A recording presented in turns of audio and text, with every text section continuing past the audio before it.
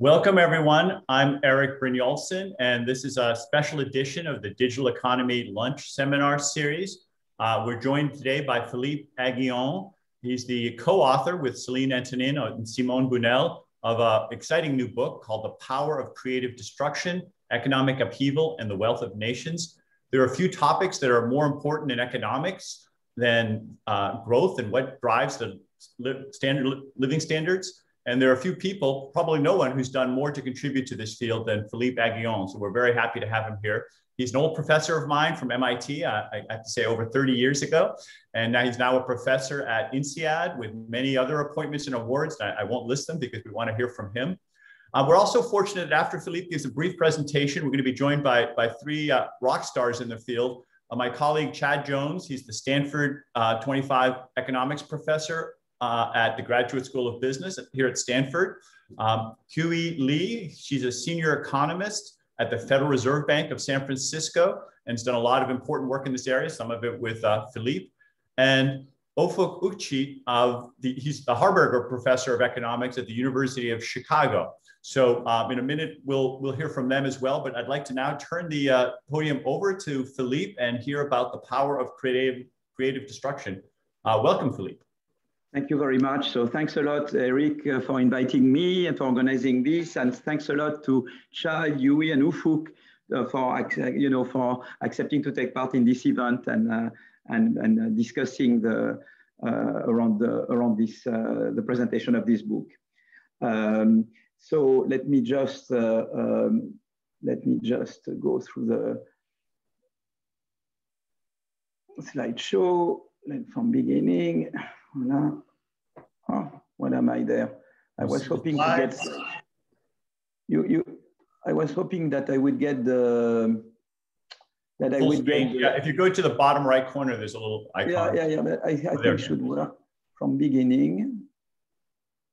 The bottom right. Oh, yeah. You're right. Here we are. Okay. Beautiful. Thank you. So, so this book was Celine, Antonin, and Simone Bunel, who took my course at Collège de France, helped me put together the set of notes for into a book. So in fact, this book was based on 5 years of lecture at Collège de France, and at Collège de France, the idea there is that you teach the public at large. And you have to make it accessible to the public at large, people who are non-economists or no specialists at all, to acquaint them with frontier research. And here, what I try to do over the past 5 years is to help public access to the research that produced collectively by all of us here over the past years to operationalize Schumpeter's notion of creative destruction. How did we operationalize it all together? Is by developing models based on creative destruction that shed new light on several aspects of the growth process, and to confront these models to reach micro data and to test the predictions of these models, and to go have this back and forth between modeling and testing, and that's work that we did collectively. And in fact, the main contributors are here. It's Ufuk, it's Chad, I don't know if Pete is there, Huiyu, Erik. So we are, that's what you've done. And what I try to do is to be a bit your public relation to help make it accessible to the public at large, this body of research that we all did collectively over the past 30 years. So that's what this book is all about. So I don't need to tell you that the creative destruction is the process whereby new innovations displayed old technologies, and based on this concept, we developed what we call the Schumpeterian growth paradigm. So first I worked on that with Peter Howitt in '87, but the paradigm was extended in many ways, and then it's been confronted with data, has been calibrated, has been developed a lot, and the basic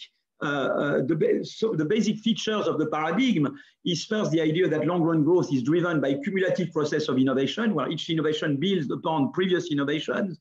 The second idea is that innovations result from entrepreneurial activities motivated by the prospect of innovation rants. And the third idea is creative destruction. New innovations displace old technologies, make old technologies become obsolete. So it means that at the heart of the growth process, you have a contradiction. On the one hand, innovators are motivated by the prospect of innovation rants, which are temporary monopoly rants, in fact. But on the other hand, of course, those rants can be used ex post to prevent subsequent innovations and block new entry, because of course, yesterday's innovator, they are afraid of new innovators coming in and making their innovation obsolete. And so regulating capitalism is foremost about how you manage this contradiction. And what's exciting about the Schumpeterian approach is that it's everywhere this contradiction props up. In anything you look at the heart of it, you have this contradiction. So Schumpeter himself was deeply pessimistic about the future of capitalism because he thought that first innovators would turn into conglomerates, and that these conglomerates would essentially prevent subsequent innovation. They would collude with the state, and they would make subsequent innovation impossible. So Schumpeter himself was very pessimistic. In fact, things didn't turn out as bad as Schumpeter thought. And what we try to do in this book, but in the research that we did collectively, but that's what I tried to push in this book, is to say, well, we know the body of research we've done together, all of us, allows us to replace Schumpeter's pessimism by what I would call an optimism of the will. It's not the optimism that automatically things will turn well, but it's the optimism that, there are the instruments, there are the engines, the levers that can avert the Schumpeter's pessimistic prediction. And I will get back to that over and over again. So the book, what it does is to use the length of creative destruction. But when I say each time the book, is that we use the length, that the book presents what we've done collectively, using the lens of creative destruction to do three main things. First, to revisit some main enigmas in economic history. The second is to question some common wisdoms, some wrong ideas about things that should be done. I have in particular big disagreements with some French compatriots with whom I don't always agree on the policy recommendations.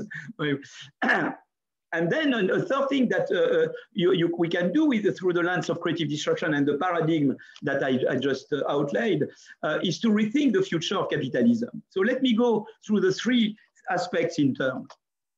Some historical enigma. The first enigma is the industrial takeoff. There have been episodes of growth, in Venice or in China or in other parts, but they were never long-lasting. Really, when growth took off for good was in 1820 in England first, then France, then US, with the Industrial Revolution. And of course, there is the big enigma. Why did it happen so recently, only 200 years old? And why did it happen in Europe? So Joe Mokyr, for example, tells you, well, in fact, there are various conditions that made it possible. And it's amazing because what Joe Mokyr mentions is exactly matching the growth paradigm. First, you needed cumulative innovation. That was made possible by printing, by the progress in postal services, and also by the encyclopedia, Diderot, that allowed to codify knowledge. So all that made it, and the openness of the university system, also Paul David has written about that. And that helped innovation be cumulative and avoid the Sisyphus myth. The second thing is that you needed property right protection. So the Glorious Revolution in England or the French Revolution, and then subsequently Napoleon, helped set up a system where you would protect property rights, which would make it possible to innovate. And the third thing was creative destruction. In China, you had innovations, but each time you have innovations, emperors would be afraid of them and would persecute that. That's the things that Daron and Jim Robinson have talked about, and others. In Europe, it's a bit different because that's what Mokyr explains, the competition between European countries. If you would persecute a scientist or an inventor in country A, he would migrate to country B, we would then compete with country A. And that competition helps, in a sense, avert the danger that, new innovations will be barred. So it's interesting because Mokyr talks about history and the takeoff in a way which exactly replicates, this description of the Schumpeterian growth paradigm. You have other enigma, for example, the technological waves. Why usually, between the invention of the bulb and the true culmination of the electricity revolution, which is in the US is in 1940, you have a big delay. Paul David has written about the delay. So why do you have the delay in the production of the wave? But why would you have also delay in the diffusion of it? You see, that's the electricity wave in the US. This is it in Japan and Europe. Why do you have that delay? And why do you have also delay in other waves? So that again is the conflict between incumbents and entrants. And another mystery about waves is that each time you have a technological revolution, there was the prediction it would lead to mass unemployment. When you had the steam engine revolution, you had the Luddites movement in England, the workers that believed that, they would lose their job because of steam engine machines. And it did not occur. You didn't have mass unemployment following the steam engine revolution. Similarly, when you had the electricity revolution, Keynes was predicting mass unemployment in the US. Didn't happen. And again, now with the IT and AI, some people predict mass unemployment. They want to tax robots. Why we did not observe mass unemployment? So that's done in chapter 3 of the book. And the third, another one is secular stagnation. So that, of course, Huiyu will recognize this. This is drawn from a joint paper with Huiyu, Pete, Antonin, Bergeau, and Timo Boppard. So here we represent the average annual TFP growth rate in the US. So here between 49-95, here between 95-2005 and 2006-2017. But the thing is that the growth rate since 2005, the TFP growth has declined. And the whole question is why it has declined. There is a whole chapter devoted to that. Of course, we talk about what Chad with Nick and John and Michael Webb have done. We talk a lot about what, Ufuk has done with Sina Ates, and we talk about our own thing with Huiyu, Pete, Antonin, and Timo. And there it's a lot about, that during IT and AI, it favored the emergence of large firms, which we could call them superstar or whatever. And when they emerged and they pervaded in the economy, that was the burst of growth that you get. But then there are good reasons to believe that they contributed to discourage innovation by others, and that discouragement of innovation and entry by others might be part of the story why you had this growth decline. And maybe their competition policy should be adapted to the digital era to try and invert this tendency. So at least there is a whole discussion of that, but you see always this conflict between yesterday's innovators and the future potential innovators. That's behind the debate on secular stagnation. The middle income trap, here Argentina, per capita GDP of Argentina as a fraction of per capita GDP of US, between 1870, 1930, Argentina seems to be doing very well, and then Argentina doesn't do so well. But you have other countries better than Argentina. South Korea does very well in terms of growth rate between World War II and the late 80s, or even the late 90s, and then growth goes down. So why is that? But even advanced country like Japan, which is not a middle income, it's an advanced country, very high growth up to the late 80s, and then growth goes down. And there is very much, the thing that we've done with Fabrizio and Daron, and saying, what you have is that these countries had growth very much based on catching up growth. They had institutions adapted to the catching up, but during the catching up period, conglomerates developed. They are called showballs in Korea, they are called keiretsus in Japan, and those conglomerates, not only they prevented new entry, but they also prevented reforms that would turn institutions from imitation enhancing institutions to innovation enhancing institutions. That might have explained partly why, this country like Korea, but even Japan, has not been able to grow as fast recently that they have been growing before. And again, you have this Schumpeterian thing that yesterday's innovators become like, impediments to new innovation entry, but also to institutional change that you need if you want to become a frontier innovator and not just a catching up growth. And then you have the source and dynamics of inequality. In particular, very interesting that innovation, and that's the work we've done with Ufuk, Antonin, Richard Blondel, and David Emus. But it's also very close to the work that Chad has done with Kim, is to try and understand how innovation interacts with inequality. Very interesting that, innovation seems to be driving top income inequality. That's the continuous line that you have here. And that's very natural because, of course, innovators, they get rents from innovation. So it makes sense that it should contribute to top income inequality. But what's very surprising is that when you look at the effect of innovation on global inequality, you see no effect. And why is that? So in fact, because innovation also fosters social mobility and has things that reduces, that makes growth inclusive.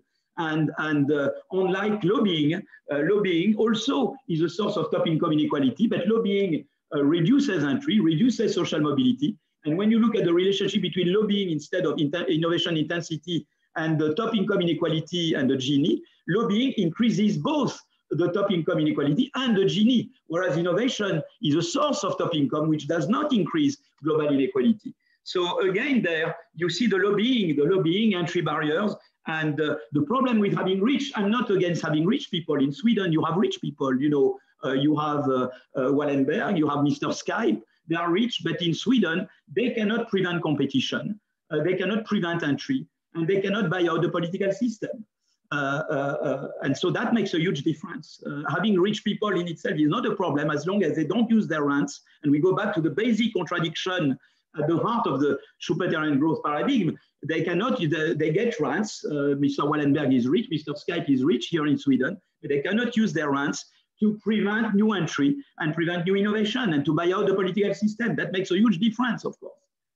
So the first thing that the book does is to deal with this enigma. And always at the heart of the enigma, you have this contradiction. You need innovation rents, but the rents can be used to prevent subsequent innovation and growth.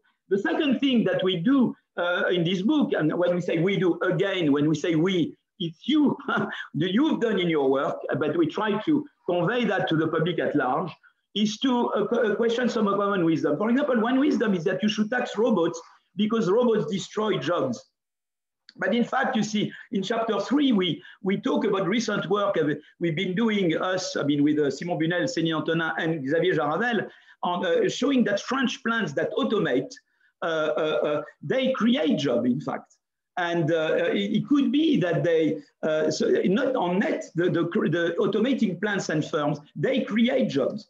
And also for low skill, for middle skill, and for high skill. And in fact, what happens is that when you automate, your export price go down, you become more competitive. And because you can become competitive, your sales go up. So in fact, you see what you have is that you expand your market. And this expansion of your market means bigger demand for your product, means that you yourself demand more employment.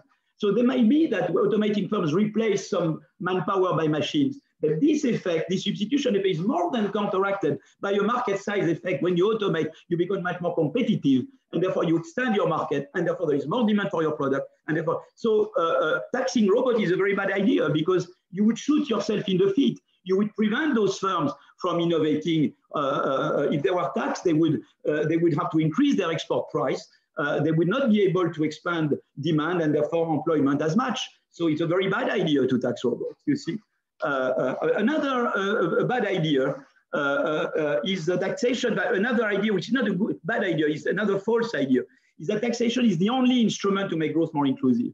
So you need taxation to finance education, to finance health, to finance labor market policies, to finance industrial policy. You need to tax, and you need progressive taxation. I'm very much Scandinavian. It's not just because I'm in Sweden. I love Denmark. In fact, you see, Erik, I didn't know you were a Danish origin, because this book is essentially saying that the model country is Denmark. You see, I didn't know that you were from Denmark, Erik. I didn't write the book knowing that. I thought you were more from Sweden, you see.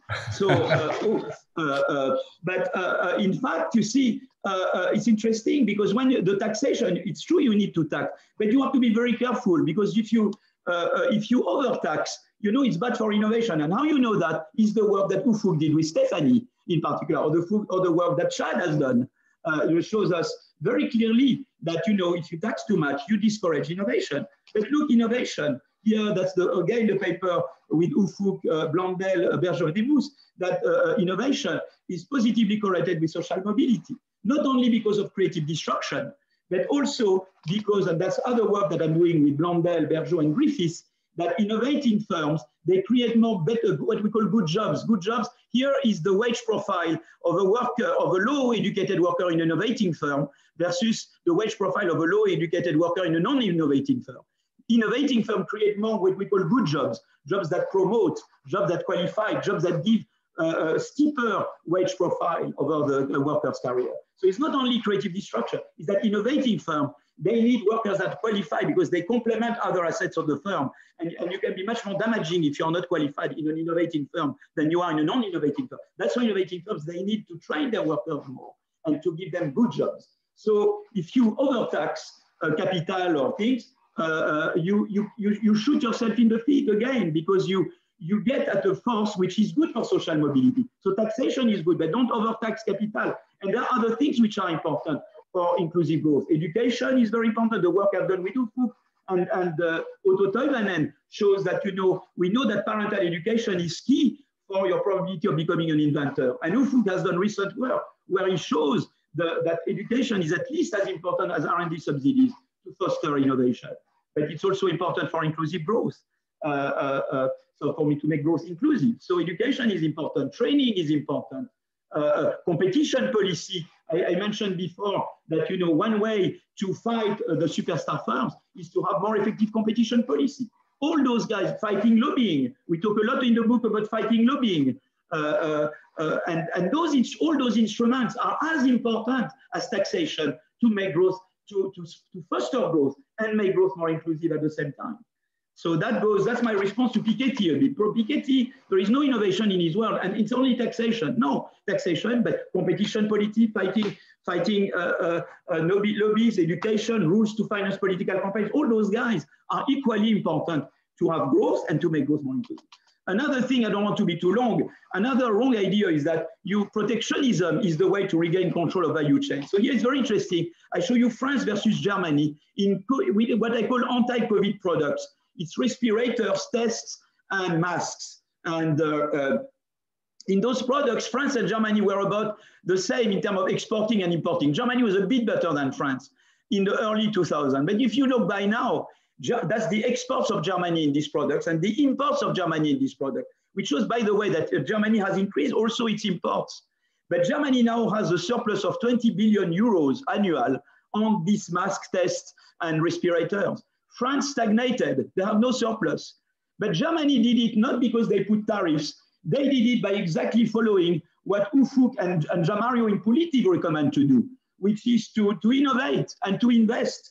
That's how they did it, not by putting tariffs. I don't say that you should not use the threat of tariffs against pollution havens, against tax havens, against countries that use, the child labor to become more competitive and do unfair competition.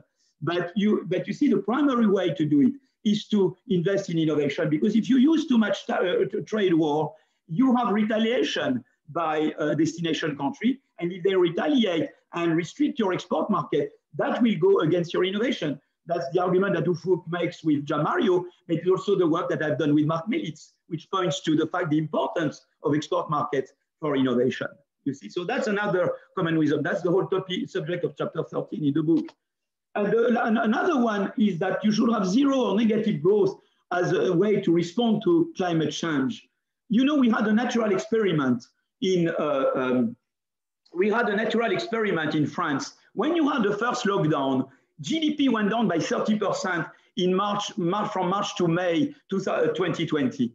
But CO2 emissions went down by only 8%. So it shows really that negative growth is not the answer. The answer is green growth, make innovation green. The problem, and that's what we discussed in chapter 9, is that spontaneously, if firms have innovated in dirty technologies in the past, they will tend to innovate in dirty technologies in the future, because you keep innovating in the things you're already good at. So spontaneously, innovation will not be green. You need the state to redirect technical change.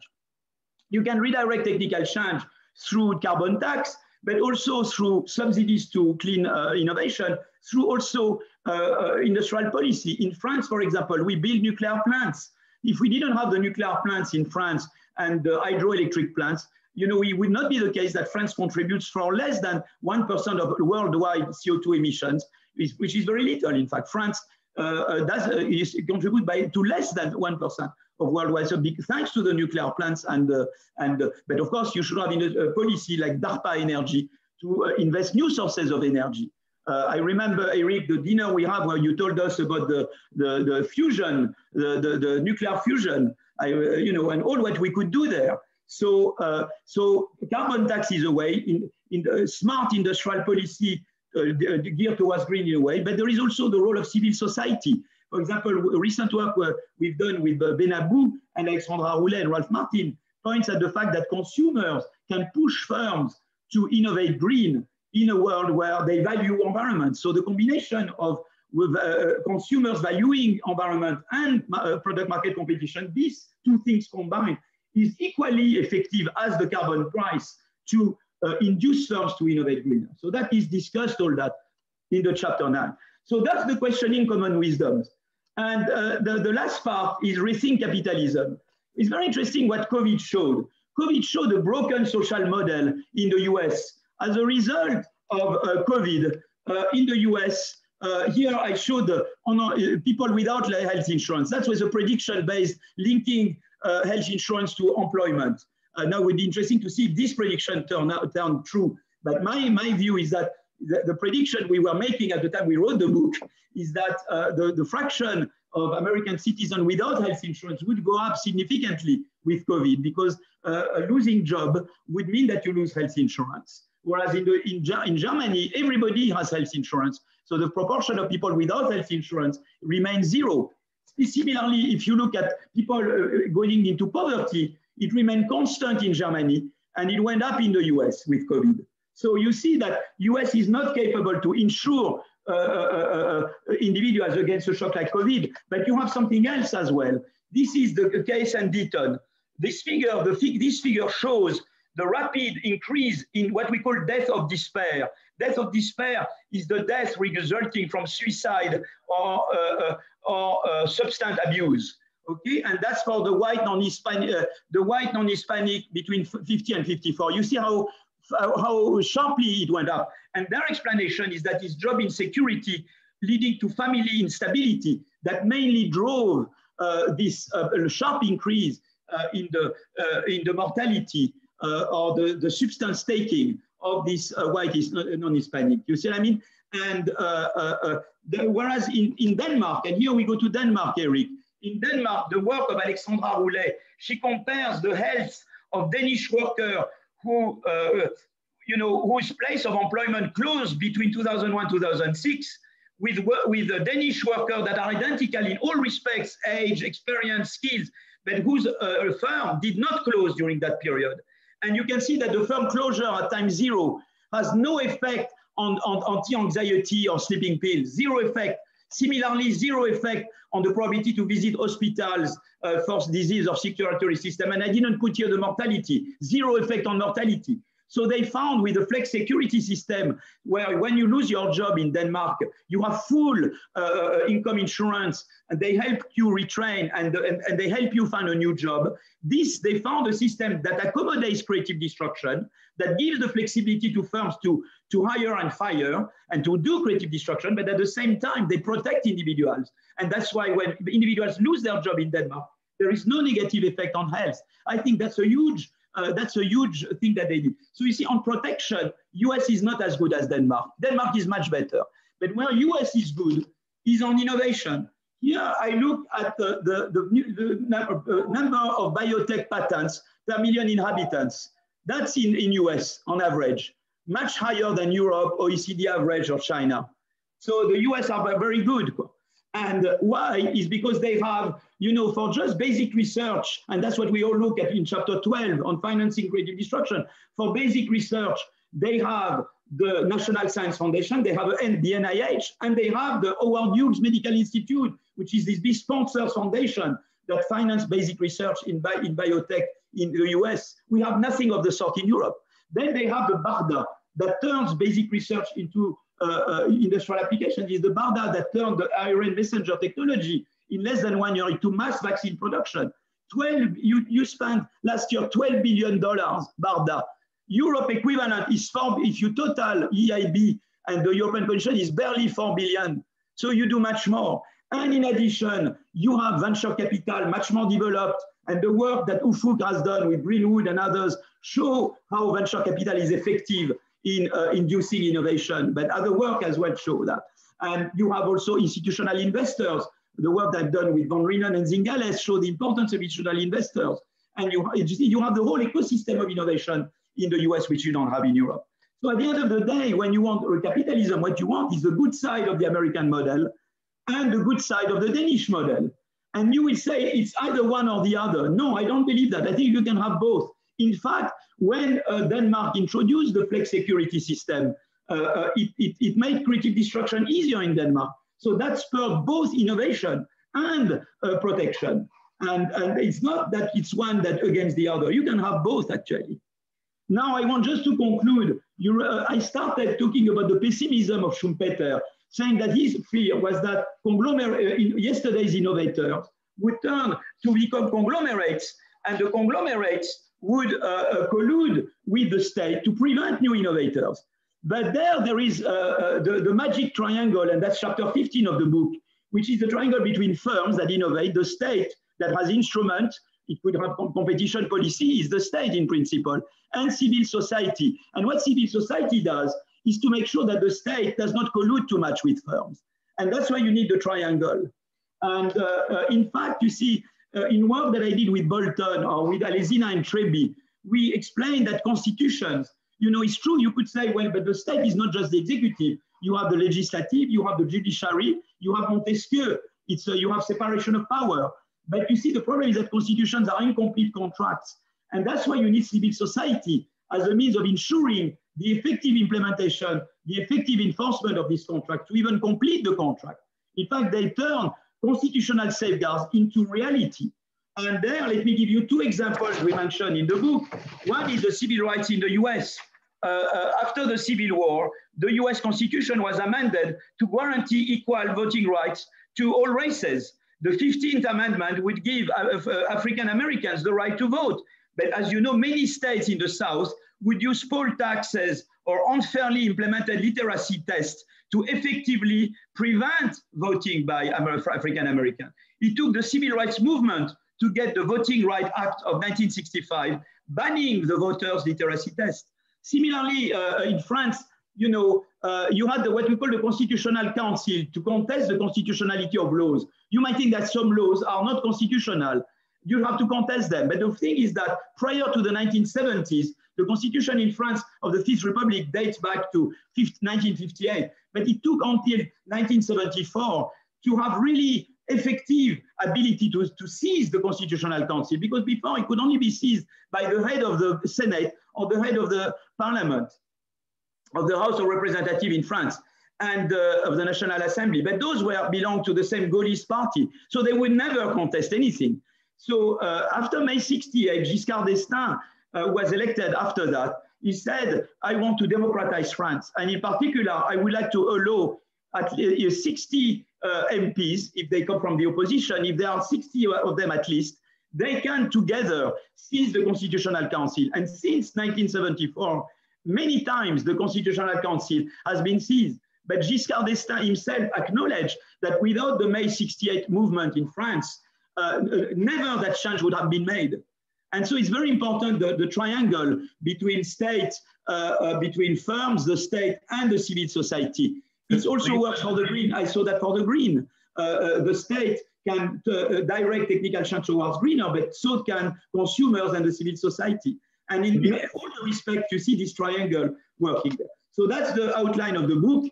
Paradigm in chapter 1. We explain the paradigm, a bit how you measure creative destruction, and the outline of the book. The takeoff, Enigma, chapter 2. The waves, Enigma, chapter 3. Competition and innovation, chapter 4. Inequality and innovation, chapter 5. Secular stagnation, chapter 6. Middle income trap, chapter 7. Structural change, very important. Could you go directly from agriculture to services and bypass mass industrialization? If you could, that would be great, because it would allow Africa to move to services without becoming as much polluting as China and India, because we know each time you go through mass industrialization, you are big contributors to CO2 emissions. Can you have direct transition from agriculture to services? And so that's thing that I've been thinking and discussing with Fabrizio Zilibotti and Michael Peters. Green innovation is chapter 9. Behind the scenes is the work that I've done with Ufuk on where innovators come from, what are their parents, parental income, parental education, And we look at that, but also there we look at the work. It's my work on basic versus applied research, the work I did with Dewa Tripon and Jeremy Stein, and the work that Heidi Williams has been doing very much there. The 11 is very much the work on the effects of creative destruction on health and happiness. So the work of Alexandra, Deaton case, and the work that we did with Deaton, Alexandra, and Ufuk. The 12 is the financing creative destruction, all the ecosystem of innovation in the US. 13 is about globalization. 14 explains how the investor state emerged thanks to wars. You know, the education system in France is a consequence of losing the war in 1870 against Prussia. And but many countries were in that same situation. And the insurance state came because you had big crises leading to welfare state. And there, the chapter 15 is this magic triangle that I described between firms, the state, and civil society, and how you can avert Schumpeter's pessimism. And I discussed the future of capitalism. We discussed that. Thank you. So I stop there. Sorry for being long. And that's what the book is about. No, it's a long book, and that's a fascinating set of issues that you brought up, and it's whet my appetite for diving in and reading the more depth in the book. I honestly have 100 questions I'd like to ask you, but I want to get our panelists engaged here as well. So let me just quickly pivot over to, I think we'll go to Chad Jones first, my colleague here at Stanford, who's done a lot of pioneering work in this field. He also, like me, has been seeing all the millionaires and billionaires around here and the changes that the digital economy have brought. You've written some important work on data and growth. Maybe you could say a little bit about your perspective from Silicon Valley and how creative destruction gives insight into what we're seeing around us, and maybe ways that you might want to update it or change it. Wonderful. Thanks very much, Eric. Well, first, let me just congratulate Phillippe on a wonderful book. It really is a privilege to see all of these ideas that Phillippe and his co-authors and the entire growth literature has been working on put together so elegantly and brilliantly for a broader audience. So it's really a wonderful accomplishment. As I think everyone knows, Phillippe literally is the world's leading expert on economic growth. He's published more papers and been cited more often than any other growth economist, I think, in the history of the world. And so it's, we're really lucky to have you as a guide to all of this and to make these findings, which are incredibly important, available to a broader audience. So this is just a fantastic accomplishment. Eric's question made me think about some recent research that a number of people have been working on that relate creative destruction to the digital economy. And so one of the key insights that I learned from Eric's work and from Halvarian's work and others is that data is non-rival. And non-rival is this technical term that us growth economists use to talk about ideas, that ideas being non-rival is like one of the core ideas at the heart of the growth literature. And what we mean is that it's infinitely usable, right? So, at a technological level, once you invent the COVID vaccine, at a technological level, it could be used in one factory or 1,000 factories or 1,000,000 factories around the world. There's nothing at a technological level preventing that method, the design of the COVID vaccine, from being used broadly. Now, we might create institutions like patents that restrict that use. That tension is related to Philippe's creative destruction contradiction, I think. So the interesting point is that data is also non-rival. And some of the lessons that Phillippe draws out about creative destruction apply exactly to Silicon Valley and the economics of data. So I just wanted to kind of highlight that for you very briefly. So think about data on radiology reports, right? So imagine you're training a machine learning algorithm to read a radiology report and decide if it's cancerous or not cancerous, hot dog or not hot dog, right? The point is that the more data you have, the better is your machine learning algorithm.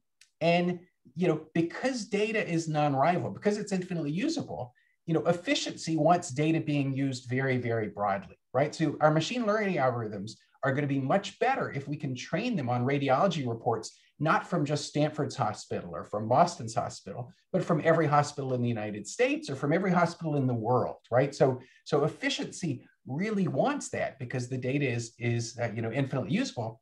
And yet at the same time, if you're thinking about firms and what their incentives are, think about self-driving cars, right? Tesla collects all this data on, what an expert driver would do in a certain situation. And that data is incredibly useful for training machine learning algorithms. But, Tesla has lots of incentives to keep the data private because that's, a competitive, edge for Tesla. And so there's this tension. If Tesla keeps its data private, well, that means no one else with a better algorithm can come in and outcompete Tesla. So there's this creative destruction, blocking of innovation tension there. And I think one of the real challenges in the digital economy going forward is how do we ensure that creative destruction can operate? We want the best algorithm to win, not the person with the best data, because the data, is this infinitely expandable, infinitely usable. And so I just want to highlight that as one way this creative destruction idea applies to Silicon Valley. Yeah. Thanks, Chad. A closely related thing is the growth of these big firms. There's a question in the Q&A from Kristen Sanabel about whether we should break up Google and Facebook. And Huey, you have a very recent paper with Phillippe and Pete Clino and others talking about whether this concentration is hampering productivity growth and how that evolves. Can you maybe tell us a little bit about that? Yes, of course. Thank you, Erik. Yes, I've had the luck of working with Phillippe on 2 papers. We're working on a 3rd, so hopefully Phillippe writes another book just like that paper. Yes, and then actually just another trivia about Phillippe. It turns out that one study found that Phillippe is the most well-connected economist. For example, his betweenness is 100,000. That means 100,000 economists will have to go through him to connect to each other. So I'm just one of the few that had a great opportunity. Well, he brought us together today, so we're grateful. Yes, for that. yes. Yes, and Phillippe and I worked on the question about is rising concentration hurting or hampering productivity growth. And it's been pretty interesting in the US over the past 3 decades, I guess. We've seen national concentration rising. We've seen declining labor share. That was another question that was in the Q&A, I believe. And we've seen a slowdown of growth. And then aggregate markups of profitability of firms in the national level seems to be going up. So we looked at this question and think about how it interacts with the incentives to do innovation. And some of the things that we found interesting was that even though national concentration increased, it didn't seem to increase at the local level. So if we think about a local market, your neighborhood market, and think about the distribution of sales across firms, that hasn't actually increased. And then if we look at the within firm level, whether say profitability within a typical firm increased or not, and it looks like over this period, it has not increased. So if national Amazon is competing with my local bookstore, that might increase competition, even if Amazon has a big total national market share. Yes, exactly. Or if Walmart and Target both enter in my local store, they will compete with each other. Of course, there are groups that will be hurt, like the mom and pop store. I was sad to learn that Stanford's milk pail shut down a few years back. So I think that there are definitely costs. But what we found was that it's kind of highlighted in Philippe's book that you need rents or profits in order to incentivize innovation. And what we argue is that when the concentration increase without increase in profitability for these firms, eventually that could hurt incentives to innovate.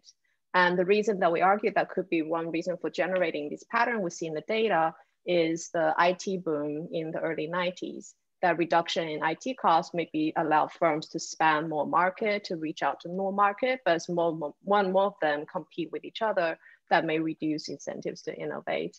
So to the question in the Q&A, whether we should break up these firms that may have taken advantage of the IT boom, I think I will fall back on Philippe's, my interpretation of his advice is that we can foster innovation, we can encourage that without giving up on protecting the newer firms, the younger firms, and the community. So I would think that maybe instead of breaking up the firm, we could think about competition policies to ensure that we're leveling the playing field for new firms, because I do believe that new firms are very important for innovation. My work with P. Clino at Stanford found that new firms contribute to 30% of growth, even though they're only about less than 5% of employment. And then of course, Ufuk has done a lot of work studying declining dynamism and then the effect on growth. So I think that's a very important channel. Discouraging the followers, exactly. Yes. Well, let's bring in Ufuk now, and then we can have a roundtable discussion for a bit. You've done work in so many areas. Huiyu, you just mentioned some on taxation that Phillippe mentioned earlier, top income inequality. Why do you think creative destruction is important? Well, first of all, I would like to congratulate Phillippe and co-authors for this fantastic book. And yes, we've been productive in the literature thanks to Phillippe and Peter and what they provided us as a framework. So Phillippe has done a great job in describing the book, and the main takeaway, of course, from his presentation is that creative destruction is everywhere. I mean, the notion of creative destruction is almost like supply and demand in economics. And that's why I think it is extremely important to identify, quantify, and direct the process of creative destruction. So that's why, so if we really understand the growth process or the lack of growth process in certain countries, we need to understand the process of creative destruction or the lack of creative destruction in different countries. So the studies that we have done with Phillippe and co-authors have shown that first, of course, as you would expect, economic growth is driven by creative destruction. Indeed, according to the numbers, 50 to 75% of the productivity growth is coming from successful factor reallocation from less productive to more productive firms. And that by itself is telling you that, the average, if you want to grow the average income in the society, you need to ensure that creative destruction takes place. Also, when we look at this, so we don't want to just sort of freeze in the existing industries and jobs. We have to have this turnover. Absolutely, absolutely. And when we look at the historical data over the past 100 years, we see that those states that produce more patents that also manage to grow faster compared to others. So we have a lot of evidence indicating that indeed the process of creative destruction is important for the growth of the average income. But that's not the end of the story, right? We not only care about the average income, but we also care about the distribution of income. And so another question is, of course, how does innovation or creative destruction relate to inequality in that case? And Phillippe and Chad have already mentioned some of the implications. We know that since this is associated also, the innovation is associated with monopoly rents, it's very much correlated with the top income inequality. So that's the second debate. That's the second point that we have to pay attention to, because one of the pressing issues in the United States is, and also globally, I think, is the rise in top income inequality. And that's why we need to understand the process of creative destruction and innovation in order to fight and develop the right policies to reduce the growth in the inequality. Now, the first point was the growth in the average income. The second one was about the distribution of income within a society. But what about the distribution of income across generations? And that's where you bring in the social mobility aspect of things, right? So then we also know that creative destruction is associated with social mobility very strongly, because if a child is born to a poor family, we need to let them express their creativity and potentially be the next founder of Facebook or Google, right? But if we don't let them express their creativity, then we are going to prevent the creative destruction. So then the question is, how can we ensure that young children can become the next big inventors or entrepreneurs, and their education becomes your answer or one of the main answers? Then the next question becomes, if you want getting more broad education, people, so you have more people, more shots on goal, more people who have a chance to do that. Absolutely, absolutely. I think whether we provide, whether we let creative destruction takes place, become the question of whether we are giving equal access, equal opportunity for education to our kids. And finally, of course, the final point I want to make is that every country has a different story. So that's why adopting the same policies from the United States or Germany and France and bringing them to developing countries I think is a terrible idea, because every country has their own problems. And it is important to understand the creative destruction, the concept of creative destruction within the country and why that process fails. And we know that, for instance, lack of trust is a big deal in India. And, in other countries, there are many other barriers, like financing becomes another issue in different countries. So that's why one size fits all policies for fostering creative destruction is not the way to go. It's important to understand from the micro data to diagnose the problems within each country and develop the policies accordingly. So again, thank you, Ufuk. And I think you framed it very nicely. And Phillippe, I want to have you respond a little bit. There are a number of different aspects, but let's go on this inequality thing. We've got the growth part. There are a number of questions in the Q&A about inequality. And I want to help me understand a little bit better the effect of creative destruction and innovation on inequality. You and I think both Huiyu and Ufuk talked a little bit about how it could enhance it. Chad has a paper, a very interesting paper. Chad has a paper with Kim as well, which is complementary to us, a parallel to us. Exactly. I was just going to bring up we have these two papers. Yeah. Exactly. The destruction part can actually reduce income. So the question should be asked to go to all of us. Yeah, I think. Yeah. So, okay. Well, maybe Chad would like to say something about this tension between destruction, creative destruction, innovation, increasing inequality, or maybe reducing it by having the rents disappear. Yeah, sure. I think this is just one of the sort of fascinating aspects of creative destruction that emerges, because as Ufuk and Phillippe and Huiyu were all saying, we worry about economic growth, we worry about inequality. And the fortuitous, wonderful thing is that creative destruction helps on both. That, creative destruction obviously encourages economic growth. You want to have the upstarts and the startups come in and kick out the old guard, and that's how innovation really, really occurs. When we study top income inequality, one of the things you realize is that, one of the sources that leads top income inequality to rise is if the old guard faces no competition. Then you're allowed to grow your business and expand, and you can succeed as a firm.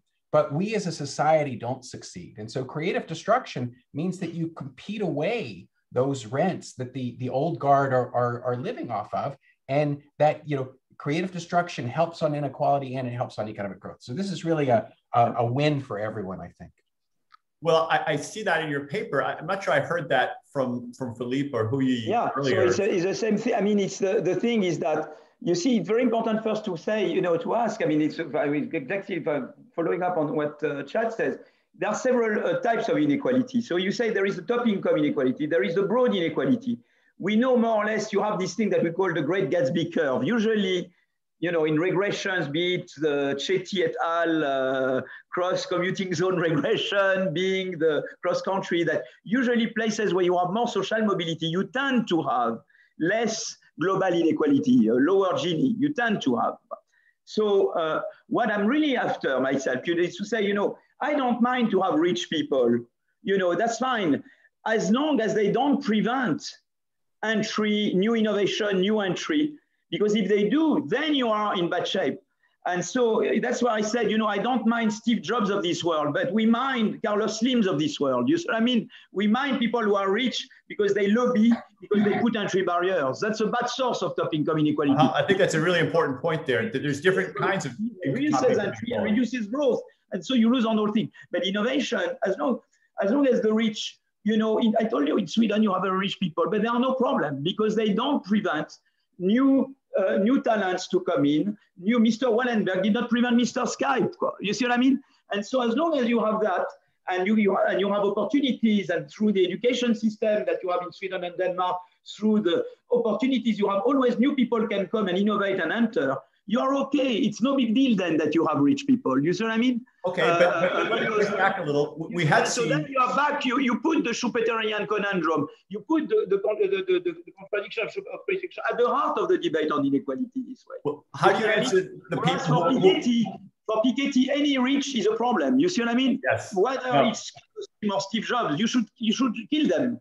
I have heard Piketty say something almost like that. But there are people who point out that the bottom half of the income distribution hasn't really done too well. George Petropoulos asked in the questions that points out that the labor share of income by many measures has been declining, and median incomes haven't been growing the way incomes for the top income have. So is it the case that we're getting this virtuous outcome that you were describing, and I think we're all hoping for, where the rich get richer, but the poor get richer too? How do you reconcile that with some of the recent data? Yeah, so I don't, maybe maybe Ufuk, you want to. Yeah, anyone. My own take would be that there is not just a problem of taxation, it's competition. You see, the thing is that labor share went down also because the competition policy was not adapted to the digital era, and firms could expand, could do merger and acquisition without bounds, and so that allowed low labor share firms to expand a lot, and it was very much a composition effect. You see what I mean? And that's how the labor share went down on average, is because you allow these low labor share, the high rents firm, to expand excessively. And there, the solution is not just taxation. Of course, you need progressive taxation, but it's a competition policy. You see the problem, and that's what Rich Gilbert from Berkeley explains very well, and we have a box on Rich Gilbert. He says, you know, the way we used to do competition policy was to use that market share. We don't let a market definition and market share. We don't look at the extent to which a merger would stifle future entry and future innovation. In our way, in competition policy, we should do that. And then it links to the first thing that Chad says, data. You should make sure that firms share data, make data accessible, that they don't use data as an entry barrier. You see what I mean? So that has to be part of a competition policy of the digital era.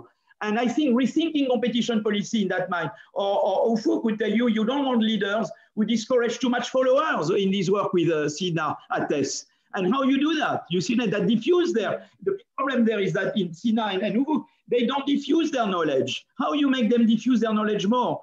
And this is as important as taxation policy to make growth more inclusive. We just have a minute or so. If you each want to just wrap up with maybe a closing comment or some suggestions about how we can address having more growth and less inequality at the same time. Just one point that I would like to make, which is a popular debate. You know, when we look at the data, the R&D spending in pharma is just skyrocketing. But when you look at the number of drug approvals, it's not increasing at all, actually. So it's clear that, you know, the incumbents are not being very productive in terms of their new innovation and new creative destruction. Indeed, creative destruction is very much slowing down. And partly because the incumbents, the large incumbents, are using their IP protection quite strategically. And that's why we have a notion of killer acquisition these days. So again, we come back to creative destruction, and we come back to competition policy. And also, as I mentioned earlier, you know, we also see in the data, for instance, firms are trying to get politically connected as much as possible in order to slow down competition. So that's why I totally agree with Philippe's point that we have to make sure that creative destruction can take place, and entrants can seamlessly, as much as possible, can replace incumbents, conditional on having a better idea or better technology. Yeah, of course. Huiyu or Chad, any last comments within 30 seconds or less? Yes, I mean, I want to follow up the comments about inequality and growth. I think creative structure has a lot of power of creating value for the society and benefits for everybody. And then it also increases social mobility. I think, but for people to be actually able to do that, I think they need to have good health and they need to have good education. And some of Chad's work showed that in the US, there is quite a bit of misallocation of talent in the past. And I do think, I mean, I didn't get my education in the US. I don't know if I would have been able to afford education in the US had I grew up here. So I think maybe there is some way of making sure that people, before they enter the labor force and think about growing and becoming the next Bill Gates, they actually have an opportunity to do so. Chad, thank you. You have the last word, Chad. I think I would just lead with sort of another source of competition and creative destruction, which Huiyu was mentioning a little bit, which is at the individual level. So recovering the missing Einsteins. So how many Edisons and Einsteins and Jennifer Doudnas have we missed out on historically because of the misallocation of talent? Right. And in the U.S. historically, many talented women couldn't become inventors or entrepreneurs, and I think we're seeing that change. And the same thing's true at the global level. As China and India start to develop, we're getting Jennifer Doudnas and Jeff Bezos from China and India, and that to me is sort of the most optimistic sort of possibility for the future of growth. And with the immigration of talented people like Phillippe and Huiyu and Ufuk, I think all things are possible. So. Good. Well, we need you back in America, Phillippe. But thank you on that optimistic note. I hear that we're all in favor of creative destruction as the concept. We need more of it. and of course as the book. So thank you very much, Phillippe. We really appreciate your powerful ideas, and we're all looking forward to learning more from you. It's been a great privilege, you know, my life to interact, you know, with Ufuk, Chad, Huiyu, Pete, and yourself, Erik. That makes the whole difference in a life. Thank you. We appreciate that. And I'll just tell everybody that next Monday, we have Daron Asimoglu, someone else who's done a little bit of work in growth, is going to be joining us Monday at 12 noon Pacific time. So please join us then, including all of you. Thanks again. We really appreciate your very thoughtful and inspiring comments. Thank you. Thanks so much.